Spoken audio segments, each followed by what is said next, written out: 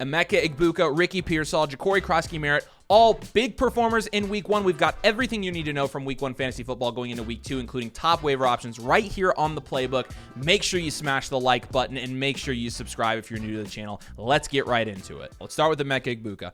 Led the team in snaps at the wide receiver position. Obviously, with Jalen McMillan out, with Chris Godwin not coming back to week 3, we expected Emeka Egbuka to have a good week. We even I put him as a guarantee in our start-sit lineup primer this last week. Lo and behold, he leads the team in snaps, also led the team in fantasy points. 23.5 fantasy points for Emeka Egbuka in his first game in the NFL, coming off of 2 touchdowns. And so a lot of his production did come from touchdowns. He did have 6 targets. I would have expected him to have maybe 7, 8. I would have felt a little bit better about, but it's still his first game in the NFL. And he's coming out in a game that's a very tight game all the way through and scoring fantasy points. Look, you got Egbuka. A lot of you guys got Egbuka anywhere from the 7th to 9th round in your casual leagues. Egbuka looks like a league winner. Don't trade this guy no matter what, because he's looking like he could have an immediate impact, not only right now, but I think when Chris Godwin comes back, I think Egbuka is going to be a guy that you are going to see produce from a fantasy football perspective. Egbuka looked great, and it's a great sign if you drafted him. Yeah, it's going to be interesting there for sure long term once Godwin does come back healthy. Ricky Pearsall is also a guy that a lot of people took shots on, as really the status of Juwan Jennings was up in the air. CMC obviously was up in the air, and now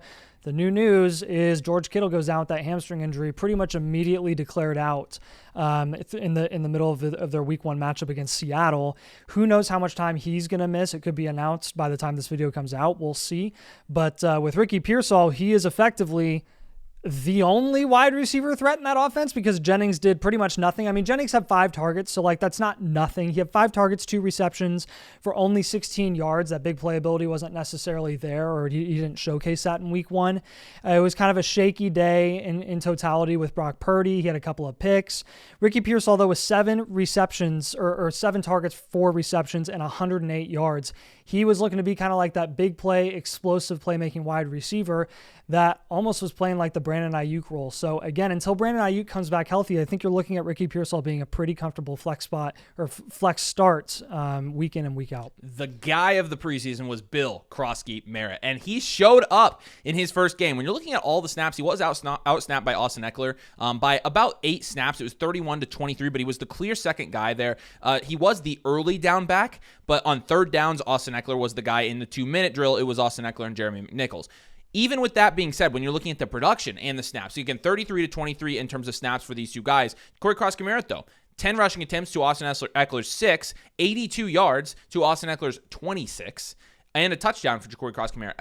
Flat out, he just looked good running the ball. The competition wasn't super stiff playing the New York Giants, but Croskey-Merritt, I think, is the real deal. Again, if anybody in your league is sleeping on Croskey-Merritt and you can still get him as a buy low in parentheses, I would definitely do it. I think in casual leagues, this is attainable. I think in sharper leagues, he's obviously going to be held by somebody who knows what they're talking about. But in my opinion, he did look like the best back in terms of running the football in Washington in week 1. His snap share was good. I think it's very encouraging if you have him on your fantasy teams. I think you got to be super pumped if you're a Deebo Samuel investor. Both of us were not, and honestly, it's looking like we just missed big time because he fits into that offense pretty well. I will say, again, it's week 1. You don't want to panic because the big thing that's important to note here is that Terry McLaurin had an uncharacteristic down game, and that was I would attribute most of that to the fact that he wasn't there in training camp, like all off season. So look, Deebo Samuel getting 10 targets, 7 receptions for 77 yards, getting a carry for a touchdown. I don't know if you're going to get 10 targets for Deebo Samuel every single week. In fact, I wouldn't bet on that.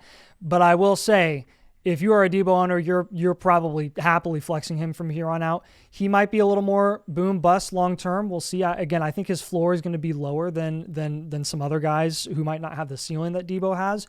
But he looked like he fit pretty well in that offense, and I do think like having the rushing capability of Jaden Daniels with the gadget type of utilization of Deebo Samuel is pretty complimentary. So that was, I got to give people their flowers for being right about Deebo 1 week through. And again, I'm not going to like totally fold and say like we were totally wrong on Deebo, but I mean, he was way more explosive, looked way more explosive than I thought he was. Well, we were wrong this week. I wasn't telling people to start him this week, so we were at least wrong this week for sure. Right, yeah. We'll see. I honestly really surprised with how good he looked today. He looked really solid. We might end up taking an L on that one. Yeah. I've got to watch Nathan's face as I say his name. Tyler Warren.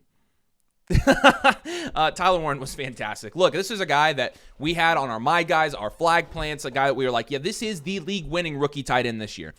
And it looks like Tyler Warren's going to be the rookie league-winning tight end this year, because in his first week in the NFL, first play of the game, they're like, you know what? Let's get the ball to Tyler Warren. And the moment that happened, you should have heard me. I was like, yes, let's go. I'm sure you were. I'm in the flock league. And I'm playing Tyler Warren with Nathan in the flock league, and I'm sure you know how my week went at this point. But 9 targets for Tyler Warren in his first NFL game, 7 receptions for 76 receiving yards. Bottom line, they're going to use the crap out of this guy. Michael Pittman said after the game, he's like, he's a cheat code. We literally could throw it to him 20 times a game. Red zone targets too.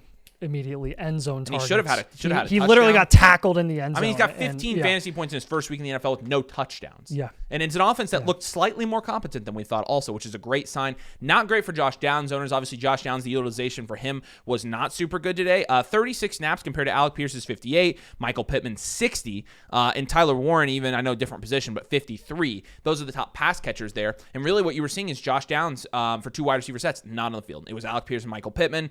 And the thing with Josh Downs, only had 3 targets today. Michael Pittman was playing with a broken back last year. He comes back, has 8 targets and 20 points on my bench in the flock league, by the way.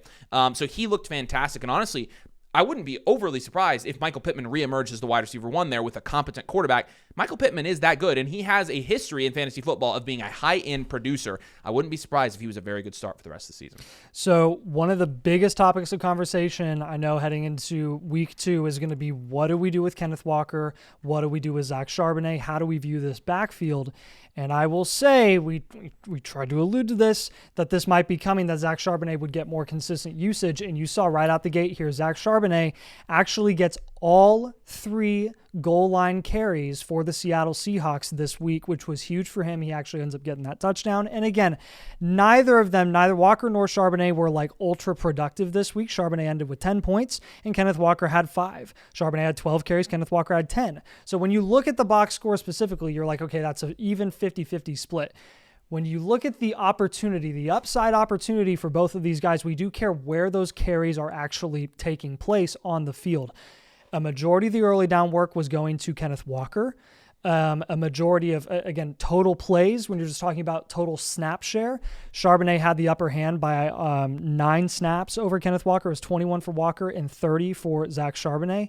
Short yardage opportunities, it was split 2 ways. Third down opportunities, it was Zach Charbonnet with 5, Walker with 1. And then in the 2-minute drill, you had Zach Charbonnet with 9 snaps and Walker with 3. So it looks like, again, when they're doing these 2-minute drills, these quick no huddle drives, you've got Zach Charbonnet on the field.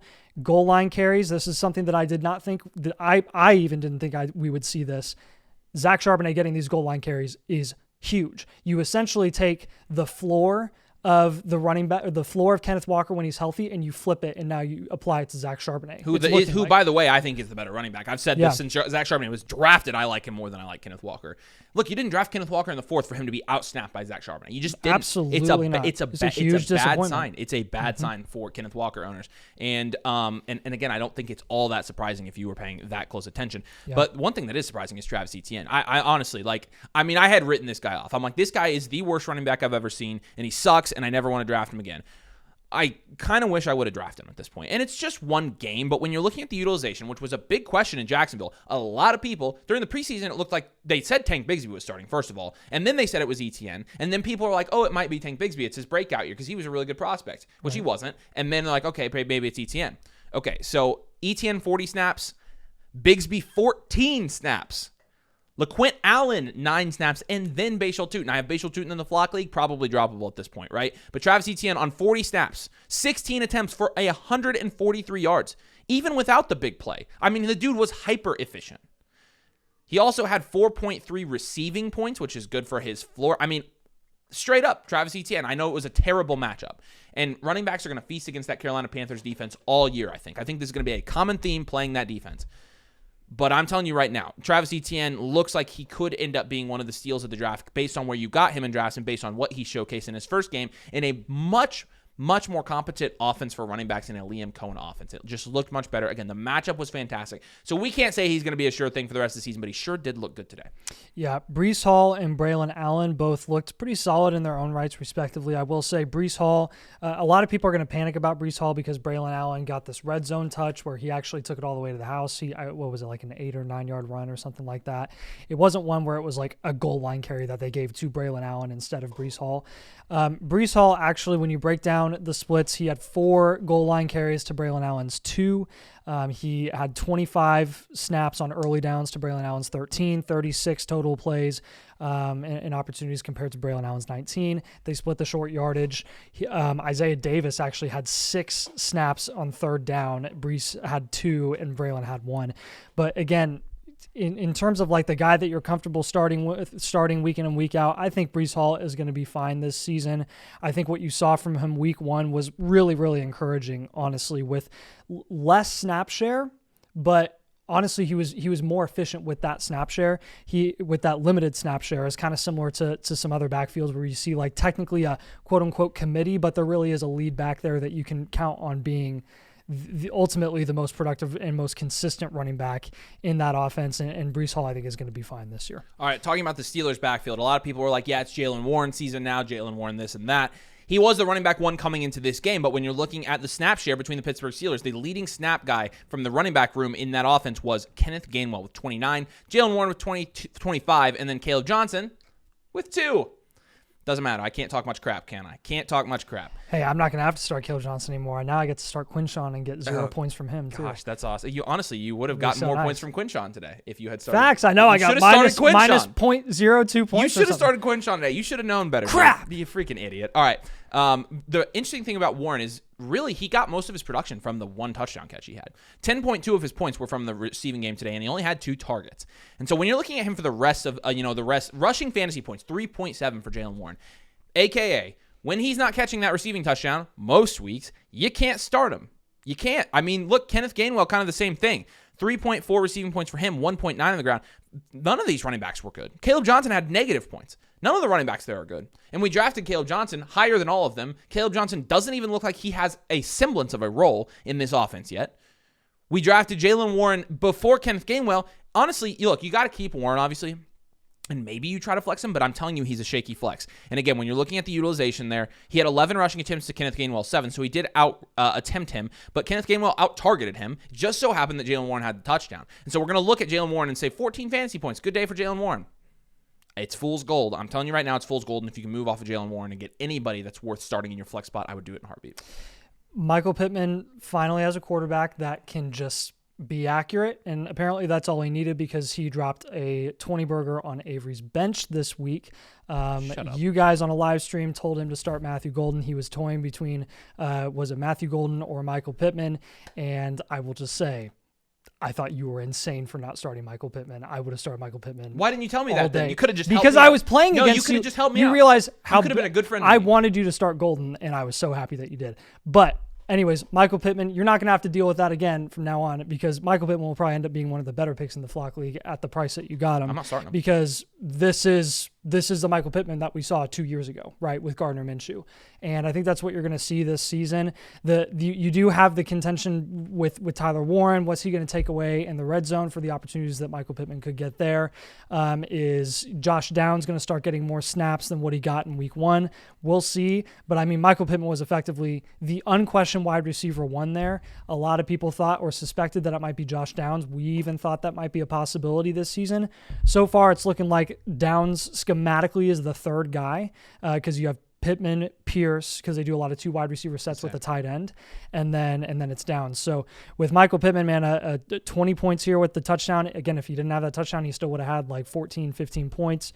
And I think he's going to continue to do this and have a pretty nice high floor if you continue to see this passing volume from Daniel Jones. The wide receiver 1 in the Patriots offense from the standpoint of snaps, from the standpoint of targets, from the standpoint of fantasy production. It was Stephon Diggs. Nope, it wasn't. We drafted Stephon Diggs to be that, but it wasn't, at least this week. It was Demario Douglas, who has been getting reports that he's the wide receiver 1. He had a touchdown this week. Not him. Snap, leader for this wide receiver room. It's not even close. The wide receiver that was on the field the entire game was Kayshon Boutte. From a snap perspective, he was the guy they didn't take off the field. 58 snaps to Stephon Diggs' 40 to Demario Douglas's 45. Actually, Diggs was off the field for 2 wide receiver sets, by the way.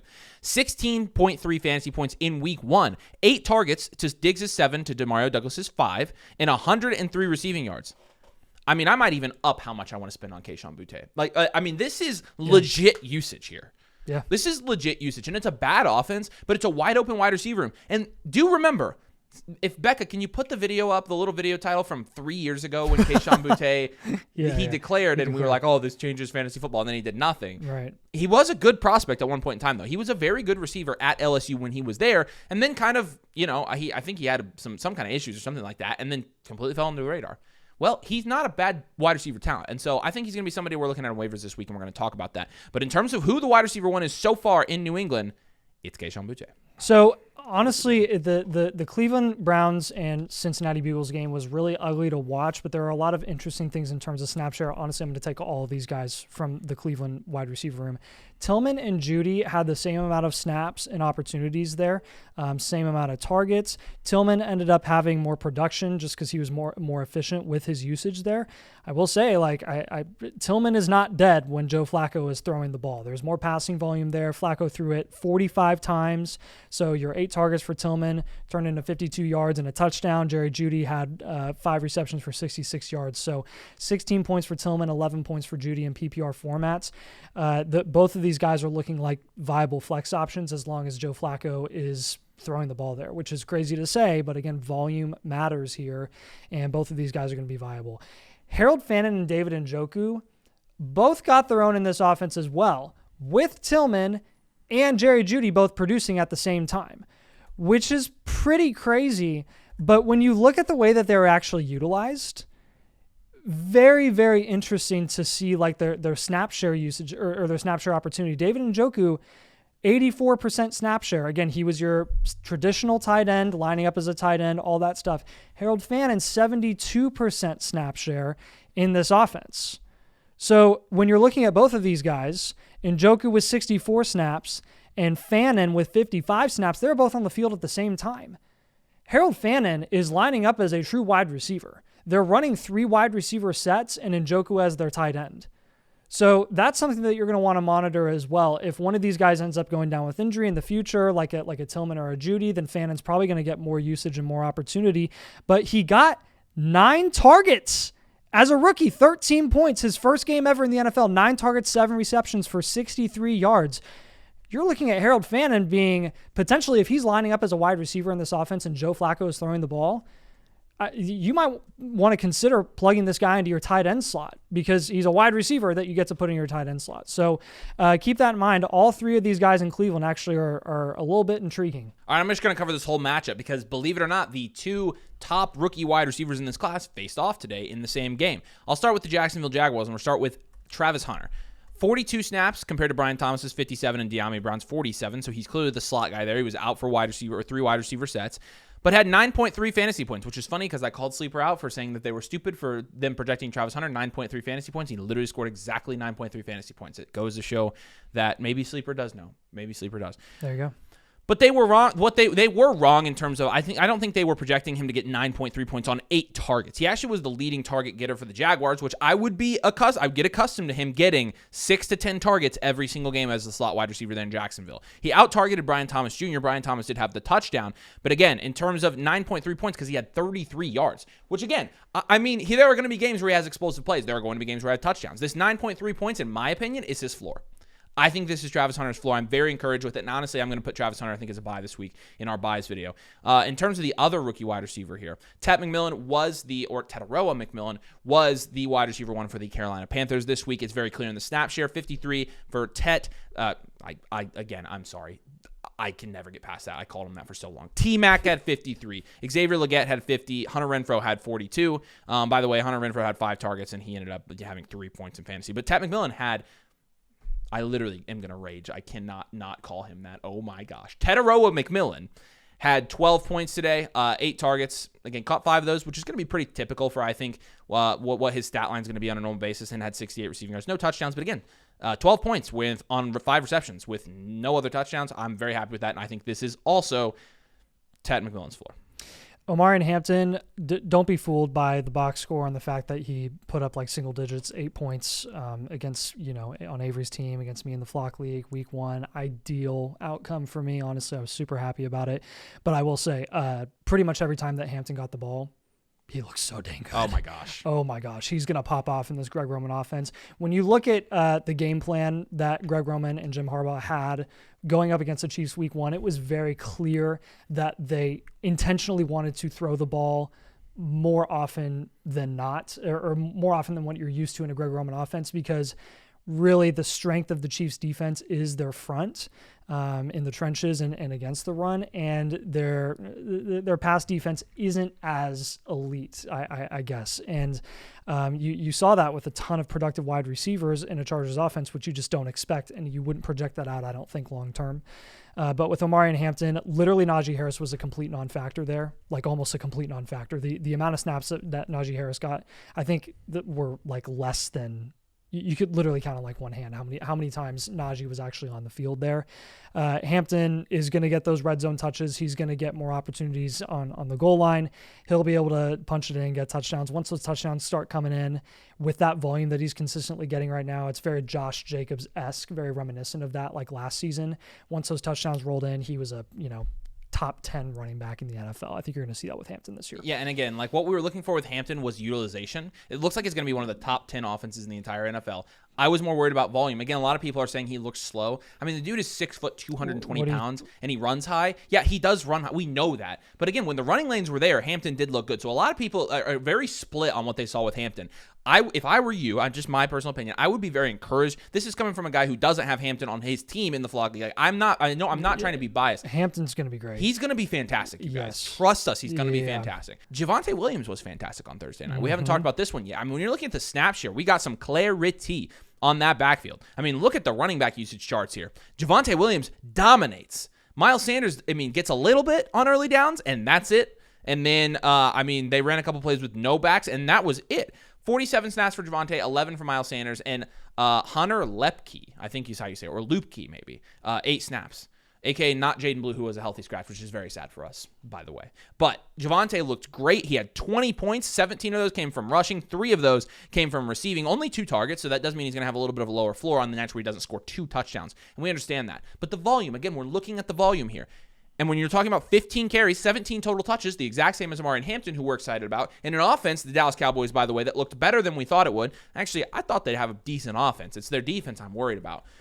Look, you're flexing Javonte, in my opinion, every single week until he makes you not flex him. So I think it's a very encouraging sign if you drafted Javonte at the price you got him at, because I think he's going to be somebody you start for the rest of the year. I think you should be very discouraged if you saw Isaiah Pacheco's usage on Friday night and how it was literally just a 3-back committee there between Kareem Hunt, Rashard Smith getting some snaps, and then Isaiah Pacheco. It was really, really, really ugly across the board for the Kansas City Chiefs.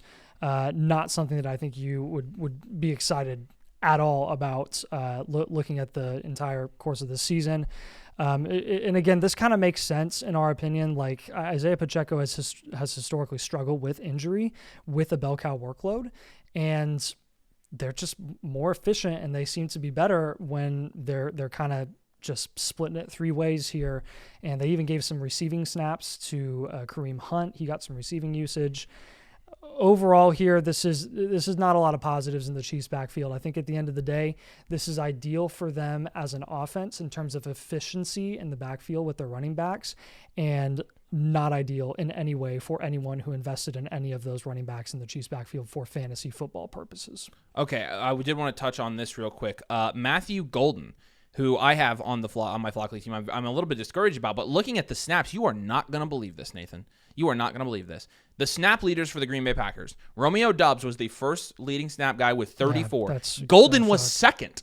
Oh, there you go. 23. Jaden Reed was 4th. Wicks had more snaps than Reed. Yet Reed, 13.4 fantasy points. So in order of fantasy production here, it's Reed, Doubs, Wicks, and then Golden. Golden was only targeted 2 times. I put him on this list because I was a little bit worried about the utilization in the sense that I didn't think that he was on the field enough, and in my opinion, didn't feel like he was on the field or not. And when they did, at the point, if you're the Packers, you're spending a first-round pick on a receiver, and you're still using Dontavian Wicks like you are. I don't know what the point is. And I get he's young, and I get he's raw. I get that. But again, why? Whatever. I am a little bit concerned. I can't start him. I can't start Matthew Golden. You can't start Matthew Golden. We picked him in like the 7th round, and so it's a little bit unfortunate, but something we need to monitor. All right, a couple injury updates for you real quick that you need to know about. Big ones. George Kittle, hamstring, and they immediately ruled him out. They ruled him out quick. So, and he was on street clothes. Yep. So a little bit concerned about that. He might miss some time. He might miss some time. Yep. And honestly, that sucks for those of us who drafted George Kittle. You drafted him in the 4th round. It's kind of a big blow. And so the good news is, what is the guy's name that was the backup that was really good, that snagged the interception out of there? Tongus? I think it's Tongus. Yeah, Tongues. He looked good. I mean, I don't know if we're picking him up. We've got other waiver wire guys that are tight ends here, but he looked really good. Drake London left late with a shoulder injury. We don't know how severe it is, but that is something to monitor going into next week. We do expect Xavier Worthy to be back here fairly soon. He's going to be wearing a brace. It'll probably be within the next couple of weeks. So that is good news if you drafted Xavier Worthy. Yeah, could be limiting though. So I think it definitely will be limiting. Yeah. So let's get to our favorite part of the video and the most important part of the video for week 2, because week 2 is typically the most popular waiver wire week of the year. Mm-hmm.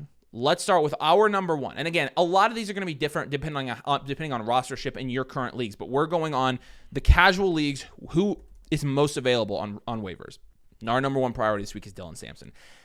The main reason is we think Dylan Sampson, even when Quinshon does come back, can be productive because he had 8 targets, 8 receptions, and 64 yards. Of his 17 points, how many of them were receiving points? 14.5. So again, I mean, Quinshon Judkins, you saw Quinshon Judkins. Very complimentary. Even at Ohio State, you saw Quinshon Judkins be used in a committee backfield with a guy that was better in the receiving game. Yep. I think the Browns could do the same thing here. This is really good for Sampson. I think it is too, man. You're ideally their dream when they took both of those guys, I think, was Chubb and Kareem.